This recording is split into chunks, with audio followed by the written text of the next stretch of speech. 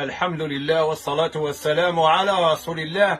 هذا نداء إلى كافة الشعب الجزائري، رجالا ونساء وأطفالا وشيوخا وشبابا في أي مكان كنت من هذا التراب العزيز. الحمد لله بلغني الآن أن كافة فعاليات المجتمع الجزائري السياسية منها والمدنية والخيرية والاجتماعية اتفقوا على مسيرة تكون يوم الخميس في كل الوطن، في كل ولايات الوطن. هذا نداء للشعب الجزائري ليعبر عن تضامنه مع غزة، مع فلسطين، ليعبر عن غضبه على هذه الصهيونية التي تقتل الأطفال والنساء والشيوخ وتدمر المستشفيات. الحمد لله كل الفعاليات اتفقت على أن تكون مسيرة سلمية ليست موجهة إلا ضد هذا الاستعمار الغاشم الذي يحتل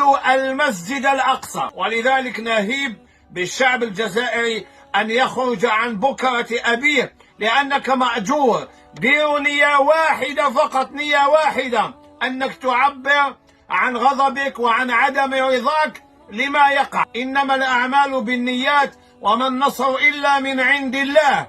مسيرة العاصمة تبدأ من ساحة أول ماي، ثم كل الولايات تنظم نفسها إن شاء الله لنعبر عن تضامننا مع إخواننا في فلسطين. كما أدعو جميع المؤثرين الاجتماعيين، أئمة، دعاة، المشايخ، أصحاب الرأي، أصحاب وجاهة، كل إنسان في موقعه، المؤثرين في وسائل التواصل الاجتماعي، أن يسجلوا نداءاتهم للشعب كي يصل هذا النداء إلى كل إنسان، فلعل هناك أناس لا يسمعون بهذا النداء أو لا يسمعون بهذه المسيرة فيكون لك أجرا. سجل نداء ليخرج الناس ويعبروا عن غضبهم لما يقع لإخواننا في فلسطين. اللهم إني أسألك وأتوجه إليك وأنت الإله العظيم في عليائك،